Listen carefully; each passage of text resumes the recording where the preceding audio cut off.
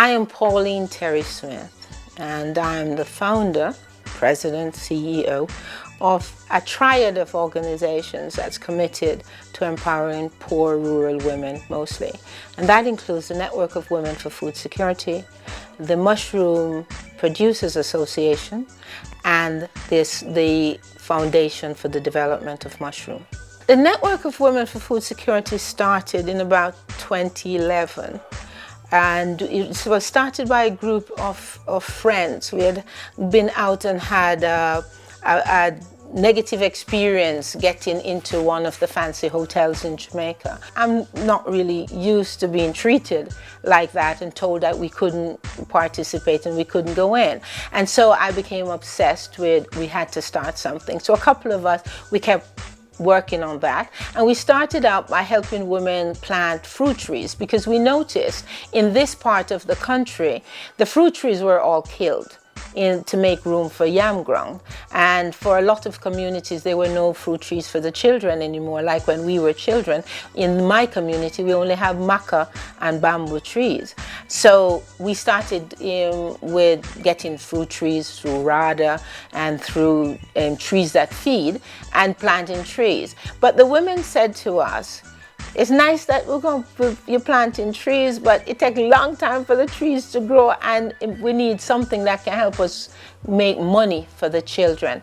And so we had to figure on something, and I've always been passionate about mushroom cultivation and eating mushrooms. We looked at where there would be a place in the agriculture landscape that we could have a quick turnaround crop that did not require land space and would sell for a large amount of money, so that there could be a real transfer of wealth from poor women to the marketplace. Because when we looked at what happened in our community with, say, yam, the farmer has no control. Mushroom solved a lot of problems. It solved the problem of nobody stealing it because they don't know what to do with it at first. They don't know where to sell it next, and because mushroom sells at $2,500 a pound.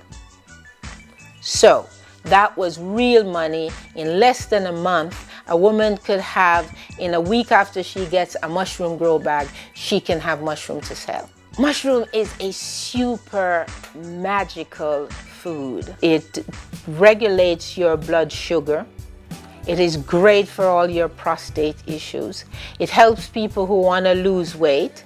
It's an edible source of vitamin D, and a lot of people lack vitamin D. It also is just plain delicious.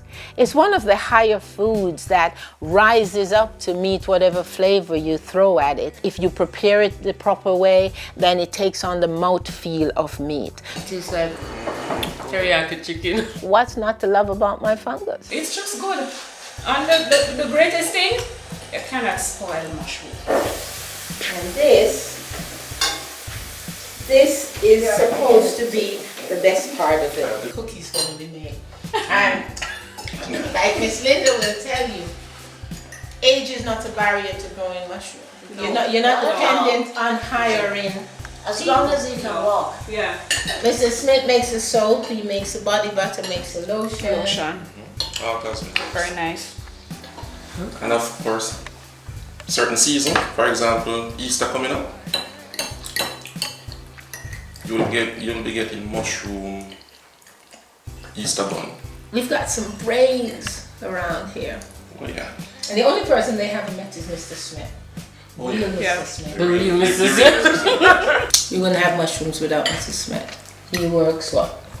24/7. 24/7. He often doesn't take any bows. We have to talk about him. But all of the work, the grow bag, the research, the development of the strains of the mushroom, spawn making. And he's very open to teaching our ladies, because Shelley has I am learning, and it's very exciting. Every step of the way. From mixing the grains to bottling them, and how to get the cover on it, how to pasteurize and everything. It's very exciting. In this bag is the perfect mushroom farm. Everything a mushroom needs to become a mushroom is in this bag. Has the moisture, the supplement, and it has fever grass and bamboo leaves. If you are a poor woman in my community, you get anywhere from $1,500 to $2,000 per day to work from early morning till about 5. Carrying cement, carrying yam head, washing somebody's clothes, cleaning their house. In my world, you could pop into your grow house in the morning, and if you have 40 of these grow bags, you could probably for the week make anywhere from 10 to 20 pounds of mushroom. 20 pounds of mushroom, guaranteed sale price at market gate. You will do better than the minimum wage. But we couldn't do any of this without Food to the Poor. Digicel Foundation was one of the first and earliest sponsors. We needed a facility to process the fever grass and the bamboo leaf. And Digicel Foundation was very nice in giving us a start with that facility. Food for the Poor has made a commitment to complete the facility. And they've taken a lot of heat, and it's been a rocky road. And the Network of Women for Food Security has changed shapes, and somehow Food for the Poor has managed to ride the wave and stay with us. And they're responsible for building the infrastructure in St. Anne. They're responsible for building this building that we're sitting in, and they're looking at moving forward with us. And so they've allowed us a little bit of room to grow and a room to find our groove. And I think we're there now. At this stage, we need to be thinking of succession, of putting in new ways of moving the organization along for new leadership. We are at the moment toying with the idea of moving the Network of Women for Food Security into becoming an online community of women that would reduce the boundaries and the barriers, and say wealthier women could support poorer women. A grow bag costs $1,000. So someone in Canada, that is like $10. So if you invest $50 into a woman in rural St. Anne by being a part of the Network of Women for Food Security, you could change their lives, because 10 grow bags could replace the need for, minimum wage somewhere else. So, and it would supplement their diet. So we're looking at moving our community, the Network of Women, online. So we'd have our Facebook, have our website, we'd have conferences.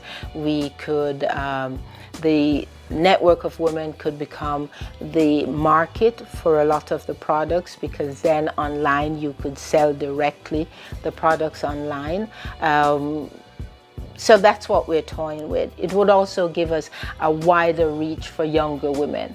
Network of Women was started by women all over the age of 50. And I think we need to step a little bit towards the side and leave it as a legacy project for younger women to support each other. And if we move online, then you have access to women in England and America, and we could be a bigger community.